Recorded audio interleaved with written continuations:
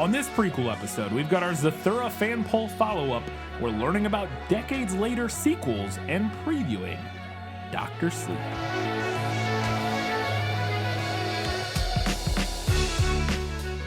Hello and welcome back to This Film Is Lit, the podcast where we talk about movies that are based on books. It's another prequel week. We got some stuff to talk about, so we're going to get right into our patron shoutouts. I put up with you because your father and mother were our finest patrons, that's why. We have one new patron this week, and I think they are a returning patron, and that is Lynn Flakasinski at the $5 Hugo Award-winning level. Thank you, Lynn, for returning at the $5 level. At least I think. I think you've been a patron before. I also think there was somebody recently who was a patron who rejoined, who we may not have read. I don't know when it tells us and when it's a little confusing of when like people come leave and come back, which is totally fine, totally understand. It's just we may not always catch it and say it if you're a returning patron. This one just showed up. I don't know how it works. I don't understand the inner workings of Patreon, but there you go. So yeah, we're just along for the ride. But thank you for supporting us at $5, Lynn Flakasinski. And as always, we have our Academy Award-winning patrons, and they are Matilde, Steve from Arizona, Paul, Kat Ensminger, Jeff Niederhofer, Teresa Schwartz, Ian from Wine Country, Winchester's Forever, Kelly Napier, Gray Hightower, Eli Youngs, Just Gratch. Shelby says, get ready for spooky season with it. Calls from the Veil and Monsters and Mayhem. That Darn Skag, V. Frank, and Alina Starkov. Thank you all very much for continuing to support us at the $15 a month level. You're all the very best. Katie, it's time to find out what people had to say about Zathura. Yeah, well, that's just like your opinion, man. Okay, well, on Patreon, we had 3 votes for the movie and 2 for the book. Steve from Arizona said, I'll give the movie some props for trying its best to be unique and rely on non-CGI effects, but at the end of the day, it's still a kid's movie and it's just not my cup of tea. I chose the book not just to be contrarian, but I always appreciate high-quality art in any book. I think, like a lot of people, I thought this was just a cash grab Jumanji knockoff, only to find out years later it was written by the same person. It's just a relatively forgettable film in my book. Fair enough. I will say the one thing I specifically do agree with is I think the book's art is really interesting. Mm-hmm. Obviously, the movie does a lot of cool stuff, but I do think that Jumanji and this, Chris Van Allsburg's art style. Yeah, his art style is really cool. And cool. And so I definitely would give the book props for that. No, I enjoyed the way that the film leaned a little bit more into like the mid-century, spaceman kind of vibe. Mm-hmm. But yeah, his style of art is really neat. Yeah, it's very cool. It's definitely very cool. Opens Up for Nobody said, I think my family had this movie in our catalog of DVDs for long car rides. The scene where the younger brother is not banished away got stuck somewhere deep inside of me, and to this day I think about it. The boys remind me of my sisters who hated each other growing up, so maybe that's why. Maybe I had some latent anxiety that they would destroy each other. For the staying power of that scene, I have to give it to the movie. That said, I hated this movie as a kid because I was appalled by the sister having a crush on the guy who turned out to be her brother. To me, that was unforgivable, and I hated it. I think I refused to watch the movie again after I saw it the first time. But that's better than Jumanji, where I refused to even watch the movie even once for irrational reasons known only to a past version of myself. There you go. Interesting. Okay. There's a comment that we'll get to later that I want to talk about that I think is a very very accurate assessment of the whole her crushing on brother-sister thing. We'll get to that later. I want to talk about it then. But I hope you've seen Jumanji now. Did you watch it for our podcast? Because we did it. You should have. It's good.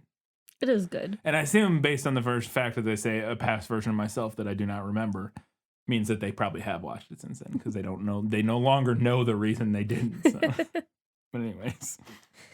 And Caleb, (NEM), close parentheses, said, the Zygons you mentioned are from Doctor Who. Yes, as well. Yeah, so it's Zorgons, Zygons, Blorgons.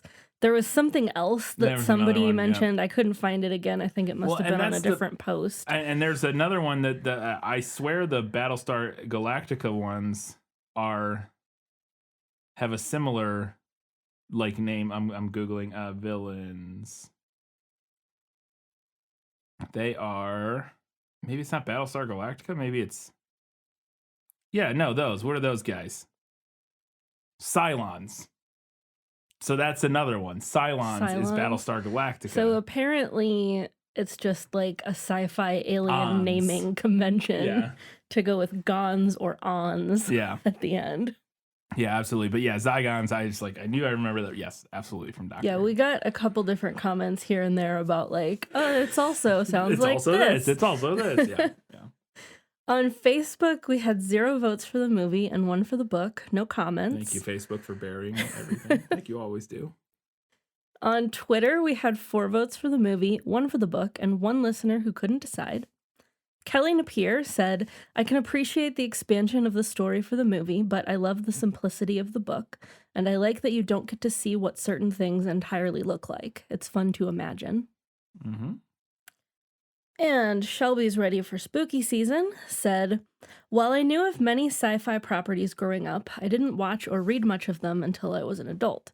Looking back, I'm pretty sure this movie was the thing that got me interested in science fiction as a kid, and the first time I loved anything in the genre. The movie does such a fantastic job of incorporating the many staples of sci-fi while keeping it easy to follow for a younger audience, which continues to impress me. I love the practical effects, especially the Zorgons. I was a little worried revisiting them in the movie because they were my favorite part, but they still looked so good. I also think the cast does a great job. I knew of Jumanji growing up, but it was only after this movie that I sought it out to see how it compared to my precious Zathura. It was okay. Lastly, everyone always points to quicksand being obnoxiously common in fiction, but I'm starting to think dumbwaiters are up there too. I'm not sure I've ever seen one, but they seem to show up whenever a character needs to sneak around. That is one of those things that always shows up in media more often than it does in real life, or at least more often than it does in real life if you're not around old, expensive houses. Yeah, I think they were pretty common in a certain type of house once upon a time. I had a neighbor who had a dumbwaiter. That I don't think it worked, but they had one. I think a couple, at least one neighbor who had a dumbwaiter. My grandma's house also may have had a dumbwaiter. I thought I remembered you telling me that your grandma's old house did. But I don't think either of them worked, or like they just were shut. Like when I experienced, I just saw the door. Like I remembered them, like seeing them, but we never were able to like use them or anything because it was old enough that they weren't operational anymore. But I think I've seen them a couple times, but those were both like, you know, both of the ones that I can think of specifically. One was like a neighbor who lived in a gigantic old house that was like, both of these houses were built in the late 1800s, I think, or very early 1900s. And were like 4-story houses or whatever. Right. So it was one of those things where, yeah, if you're not around that very specific thing, you just wouldn't, even if you grew up in a well-to-do neighborhood, if it was all modern houses, you just wouldn't see it. And that sort of thing. Nobody has a You'd be more likely to see anymore. an elevator than a dumbwaiter. But yeah, it is one of those things that is interesting how much it shows up in some media when, for a lot of people, they've never seen one in real life. When I was growing up, one of my aunts had a laundry chute. That's the same thing, right? Exactly. Yeah, I remember because that was another thing. Like I remember a few of my friends had laundry chutes, and I always thought those were cool, and I didn't because our house didn't have one. And that's literally just a hole in the wall that just goes down to a different place in the house. But yeah, it is interesting. And yeah, the Zorgons hold up. I could see one of those things where you're like, oh boy, how's this good? But yeah, it all holds up very well. And I think that's one of the big benefits to practical effects too, is that it's far more likely to hold up than CG. Yeah, were this done with like purely CG in 2003 or 5 or whatever, would have looked terrible. Most likely. I mean, it probably wouldn't have looked terrible, but there would have been more stuff that would have been like, oh boy, that doesn't quite hold up. Yeah.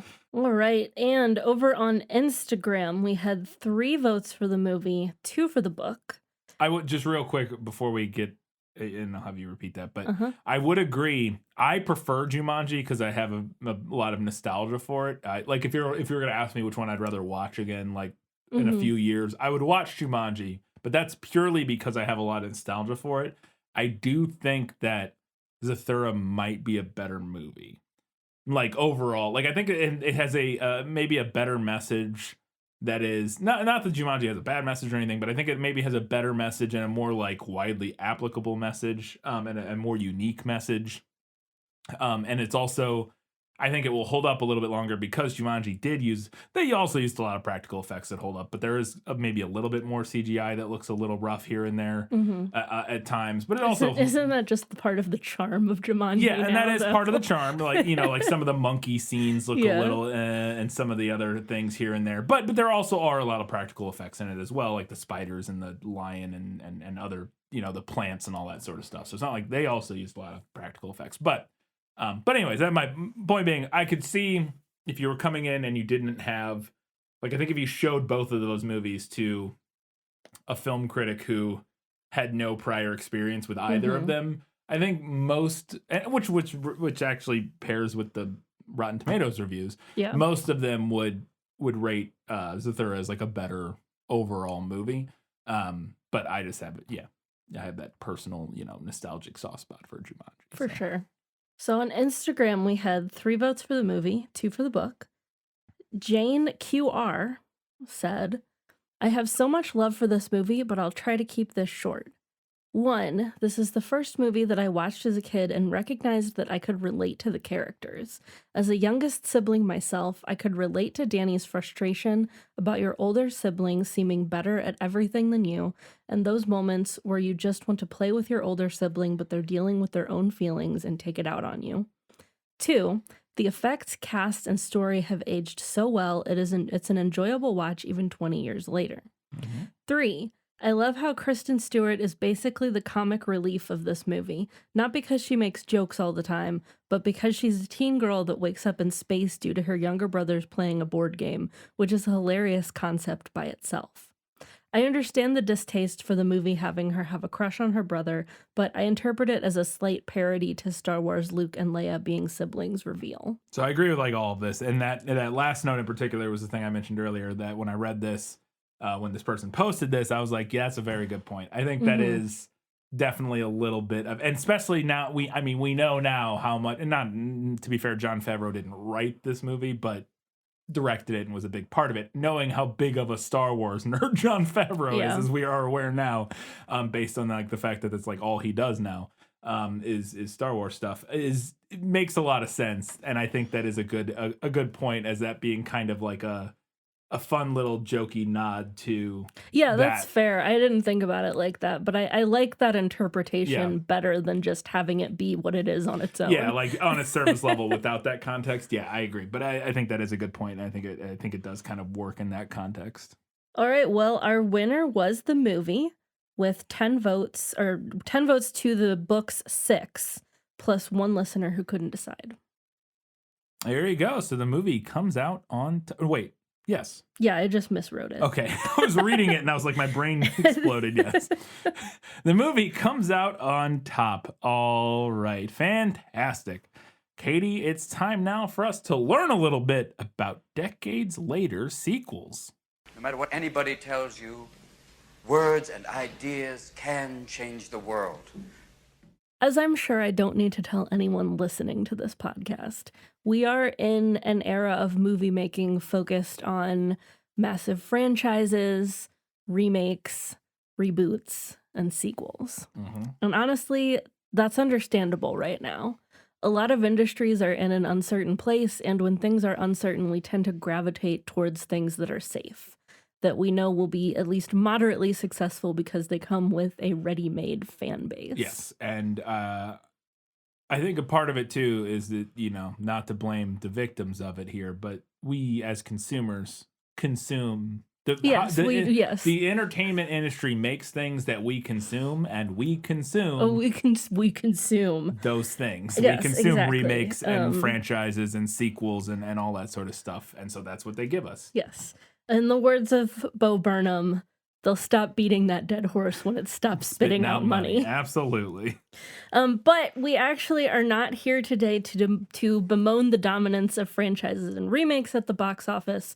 We're here to talk specifically about sequels, and even more specifically, sequels that were made and released many years following the first or other films in their franchise. There's a lot of examples of this. Blade Runner 2049, Top Gun Maverick, and Hocus Pocus 2 were a couple that jumped straight to my mind as soon as I started working on this segment. Yeah, but I mean, 2 of those this year. Yes. Yeah. And it's something that we've always seen. Mm-hmm.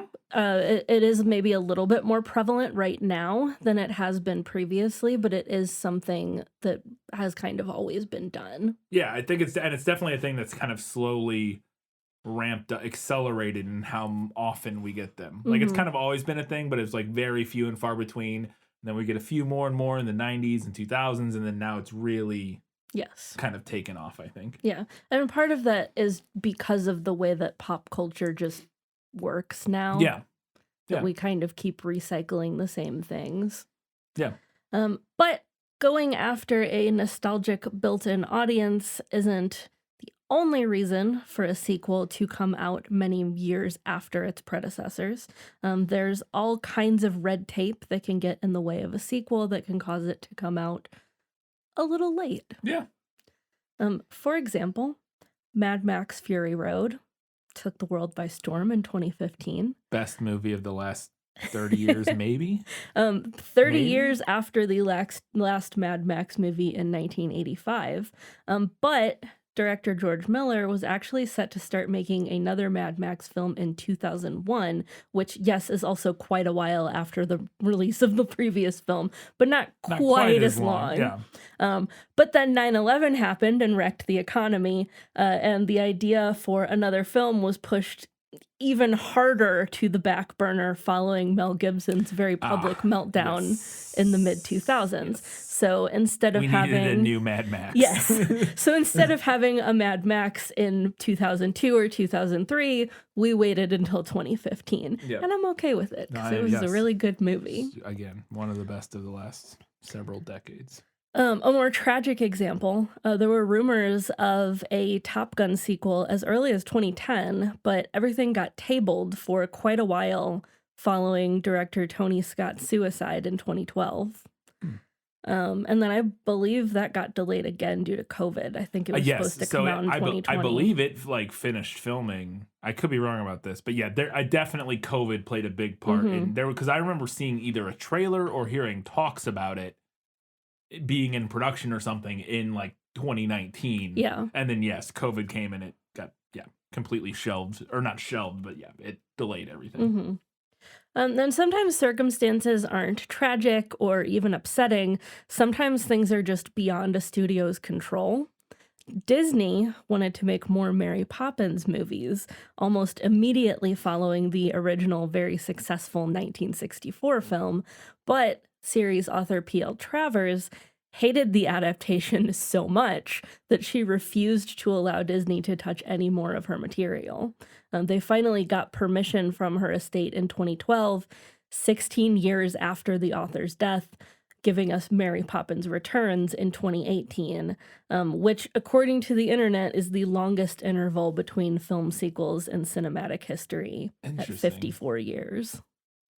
I almost felt like there had to be some weird...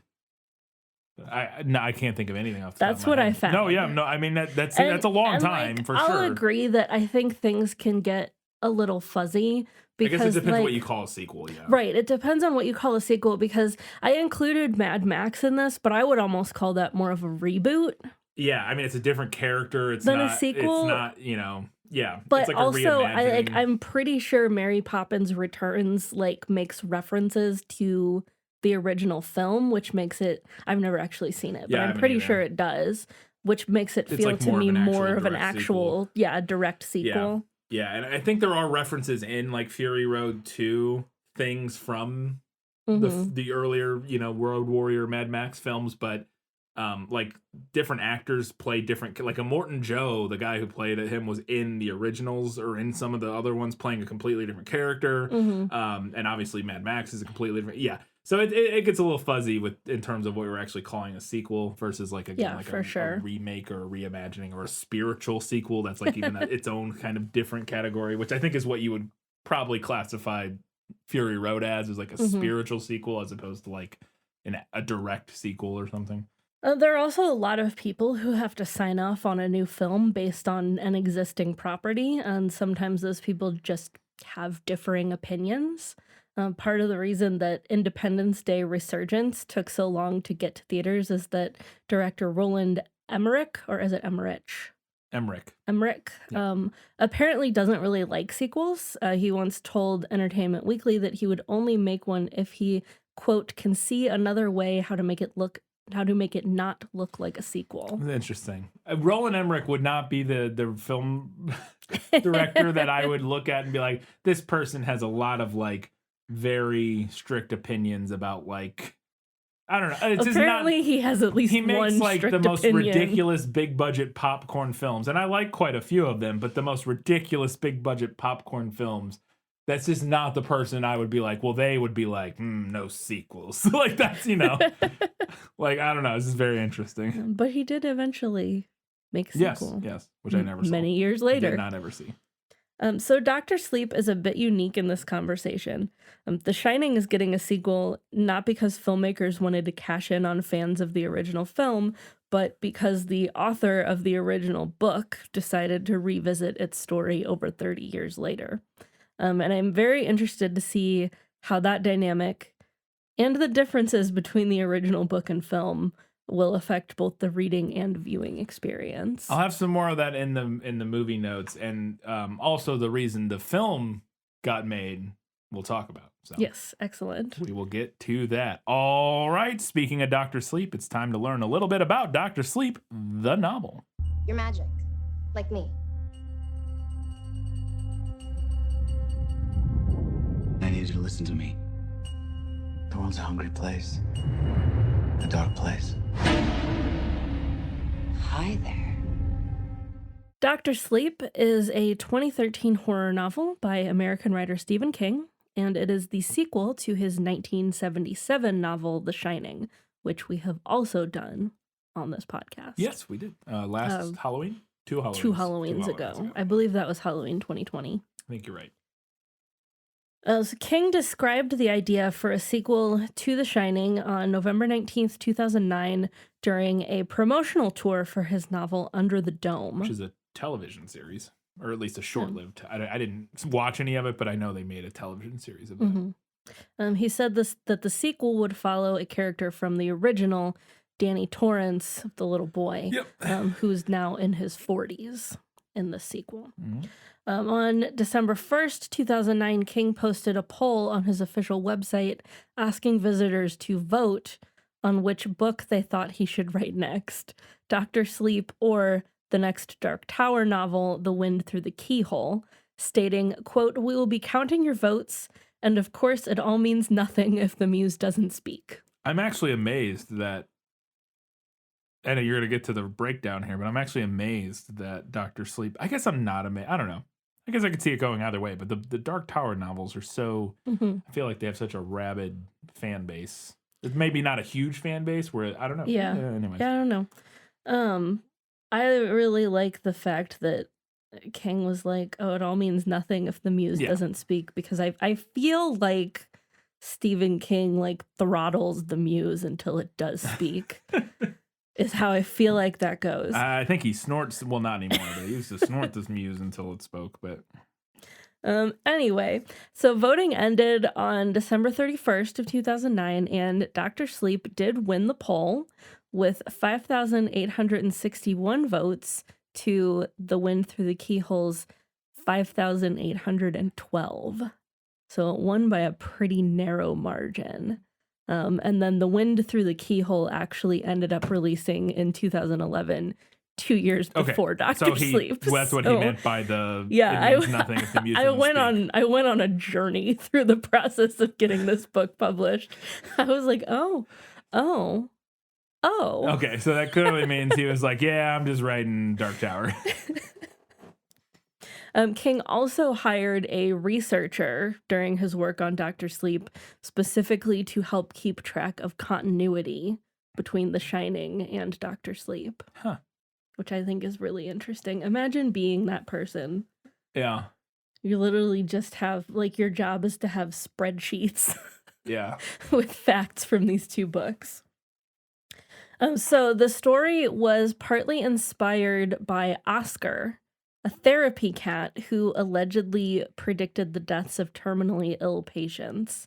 Oscar went viral in like 2017, I think. I looked this up because I did not remember this. I have a vague memory of it. Yeah, but it was just a cat who would always be like by patients right before they died. Not gonna chime in on this one. Well, I know your feelings on it, but it is like it's an interesting idea. Yeah, no, it's a great idea for a horror story. Yeah, absolutely, for it's a great sure. idea for a Stephen King novel. 100%. And King said, quote, "I thought to myself, I want to write a story about that.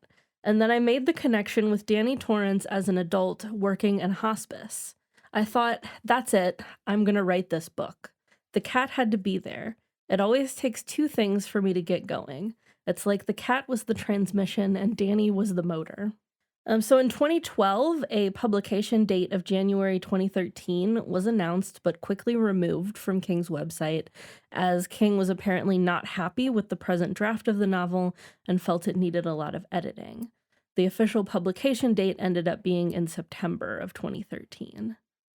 The book reached the first position on the New York Times bestseller list for print and ebook fiction combined, hardcover fiction, and ebook fiction on its own.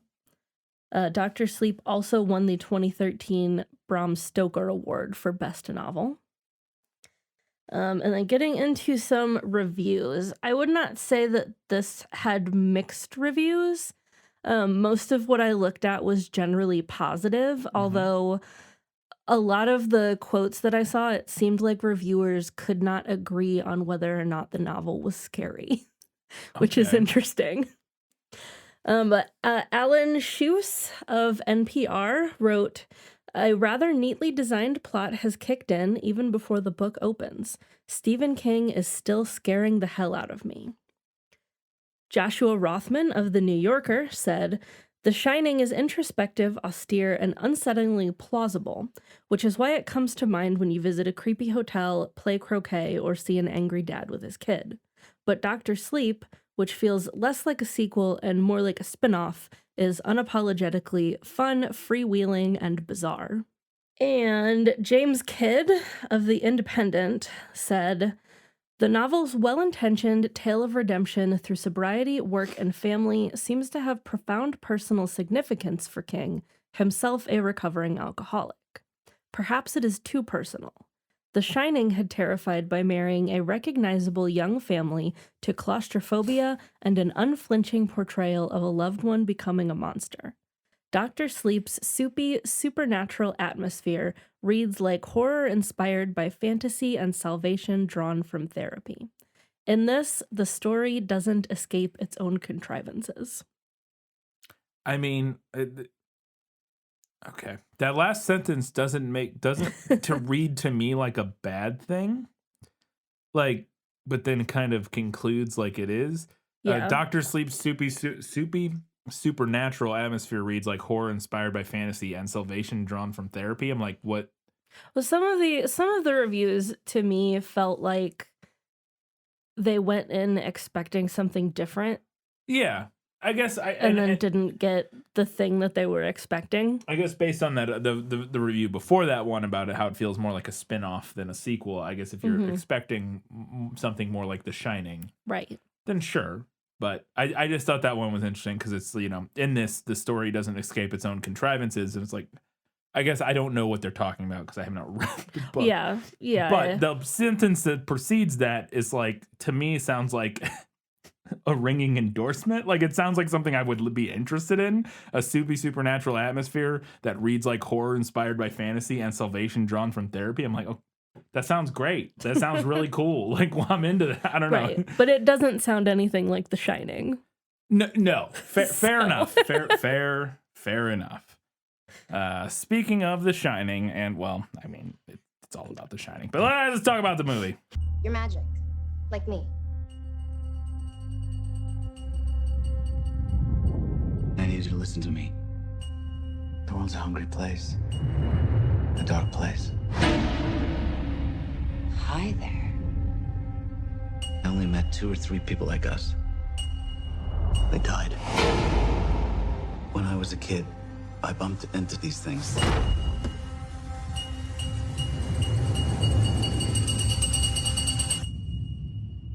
I don't know about magic. I always called it The Shining.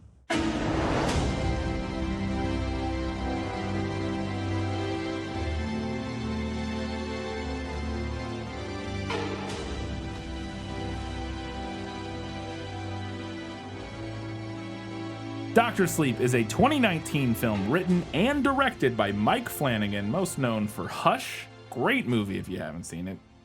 Ouija, Origin of Evil. That is subtitle. Ouija, Origin of Evil is what that is. The Haunting of Hill House, The Haunting of Bly Manor, and Midnight Mass. I've seen Midnight Mass, also very good. Have not seen the other ones, although I've heard nothing but good things about Haunting of Hill House and Bly Manor. Yeah. And Hush, I had no idea he did Hush. Great film. That was one of my favorite horror films that I've seen in a while. The film stars Ewan McGregor, Rebecca Ferguson, Kylie Curran, Carl Lumbly, Zach McLarnon, Emily Island Lind, Bruce Greenwood, and Cliff Curtis. The film has a 78% on Rotten Tomatoes, a 59 on Metacritic, and a 7.3 out of 10 on IMDb. And it made $72 million against a budget of roughly $50 million. So Warner Brothers began work on Dr. Sleep as early as 2014, a year after the book came out. And at one point, Akiva Goldsman, known for iRobot, I Am Legend, Cinderella Man, was attached to write and direct, but the film was never able to secure the funding it needed in order to get moving, and kind of just stayed in pre-production limbo for quite a while until It came out in 2017. And It was a smash success. Yes. And they said, okay, Stephen King's bankable. What can we greenlight? Dr. Sleep, let's go. Exactly. And then in January of 2018, Mike Flanagan was hired on to rewrite Goldsman's script and to direct the film, while Goldsman would end up receiving an executive producer credit for his involvement in the early stages of the film. So, on why he was interested in directing Dr. Sleep, Flanagan stated, quote, "It touches on themes that are the most attractive to me, which are childhood trauma leading into adulthood, addiction, the breakdown of a family, and the after effects of all of that decades later." Which, if you've seen Midnight Mass, is like what that whole show's about. You would probably, we should watch you would like Midnight Mass. It's all about like Catholic guilt. I mean, I guessed from the title. Yeah. Yeah. So, filming for Dr. Sleep began in September of 2018 in Georgia. Locations included Atlanta, St. Simons, and within Atlanta, specifically, they filmed at Covington, Canton, Stone Mountain, Midtown, Porterdale, and Fayetteville. And production ended up wrapping in December of 2018. So, 3-month production cycle, which is pretty standard. Mike Flanagan apparently painstakingly recreated. He did not have his own continuity editor. Mike Flanagan himself painstakingly recreated the sets of the Overlook Hotel from blueprints that were acquired from Stanley Kubrick's estate when they were making the film. And something that I read that I didn't include here is that Flanagan and others involved in the film basically went to King and said, "Look, we know you don't like The Shining, the film, but people do. Yeah. And if we're gonna make a sequel, we're gonna have to make it a sequel to the film and not to the book in your head or whatever." So they basically kind of decided to very strictly pay homage in lots of different ways, which you'll see throughout the film, to the film The Shining. Again, despite the fact that King himself is not a big fan of the film. So a couple little Easter eggy things before we get to some reviews here. There's a scene in the hospital where Azzy, who is the cat, in this film that you mentioned in your book portion, jumps up on a desk in front of Dan, and before he follows her to what should be an empty room, he puts down a magazine that he was reading. And that magazine is the same January 1978 issue of Playgirl magazine that his father, Jack Torrance, read in the lobby of the Overlook Hotel while waiting for a couple characters from that on closing day in The Shining. The room that Danny interviews for his orderly position at the hospice place with Dr. Dalton, who is Bruce Greenwood's character, is identical to the office where Jack Torrance interviewed for the caretaker job in The Shining, right down to the paint color. And there's a little American flag on his desk. So look out for that. Apparently that room he interviews in is identical. And so apparently most of the elements from The Shining, like that room and everything, were recreated with duplicate sets and lookalike actors, although there are 3 shots in the film that are actually directly reused from The Shining. And they're the aerial shot of the water and the island, and the 2 shots after it, and I think this is all during the opening credits from my memory, of the car driving on the mountain road. Mm-hmm. The shots were digitized, degrained, recolored as day for night, and then had snow digitally added. So they look different, but they are literally just the shots from The Shining. Interesting. Which is kind of interesting. Yeah. Considering they took the stuff they used from The Shining, they made it look different. Yeah. But then they recreated a bunch of stuff from The Shining and made it look as close to the exact same as possible. It's not a bad plan for creating kind of like an unsettling. Yeah, like an uncanny valley. Like an weird, uncanny, like familiar but not familiar. Yeah, kind of for vibe sure. Where that'll put you on edge. No, I think it's a very clever idea. I think it's really cool. And then some other people that were considered for the role of adult Danny Torrance included Dan Stevens, the Beast himself, Chris Evans, America's Ass, Matt Smith, the Doctor, and Hawkeye, Jeremy Renner. They all were considered and met with Flanagan for the role, but Ewan McGregor ended up being cast with Stephen King's blessing. And before we wrap up, I got a couple reviews here that I wanted to talk about. First up, from the BBC, Nicholas Barber gave the film 4 out of 5 stars, saying, quote, "Credible in its characterization, rich in mythological detail, and touchingly sincere in its treatment of alcoholism and trauma, the film is impressive in all sorts of ways. But its greatest achievement is that it makes The Shining seem like a prequel, a tantalizing glimpse of a richer and more substantive narrative." Chris Hewitt of Empire gave the film 3 out of 5 stars and said, quote, "Working off source material that is very different from its predecessor, anyone expecting a straightforward Shining sequel will be disappointed. This isn't a grueling exercise in pure horror. It's odder and more contemplative, but worth checking in on." And then Peter Travers of Rolling Stone, who we hear from pretty often, said, quote, or gave the film 3 out of 5 stars, saying, quote, "Dr. Sleep relies way too much on borrowed inspiration and eventually runs out of, pardon the word, steam. But this flawed hybrid of King and Kubrick still has the stuff to keep you up at night." And then going back, Roger Ebert, obviously dead at this point, but Brian Tallarico, writing for RogerEbert.com, gave the film 3 out of 4 stars, stating, quote, "Flanagan was tasked with making a sequel to a film that stays loyal to a book that ignores the changes made in the first movie. That ain't easy, and while one can sometimes feel Flanagan struggling to satisfy both King and Kubrick fans when he really should be trusting his own vision, he's talented enough to pull off this difficult blend of legacies." So that's an interesting take on the how are you handling pleasing both people who prefer Stephen King's version of the story and people who are big fans of Kubrick's version of The Shining. So very, very interesting. Before we tell you where you can watch it, we want to remind you can do us a giant favor by supporting us on patreon.com/thisfilmislit and by following us on all the social media, Facebook, Twitter, Instagram, and Goodreads. But on Patreon, if you support us for $15 a month or more, you can get priority recommendation status. And this one is a patron request from Shelby's Ready for Spooky Season. Well, it's also longer than that, whatever. Shelby says, "Get ready for spooky season with it. Calls from the Veil and Monsters and Mayhem." So there you go. Thank you, Shelby, for getting us prepared for spooky season with Dr. Sleep. Katie, where can people watch Dr. Sleep? Well, you can check with your local library or a local video rental store if you've still got one. Otherwise, you can stream this with a subscription through HBO Max, DirecTV, TNT, TBS, or True TV. Or you can rent it for around $3 to $4 from Apple TV, Amazon, YouTube, Vudu, Redbox, DirecTV, or AMC Theaters on Demand. There you go. So lots of different places. But HBO Max, it sounds like, is Yeah, like if you have a streaming that's- service and not like cable or something, Yeah. that's like the place to get it for, if you're watching House of the Dragon or whatever right now. You can watch Dr. Sleep. I'm looking forward to checking it out.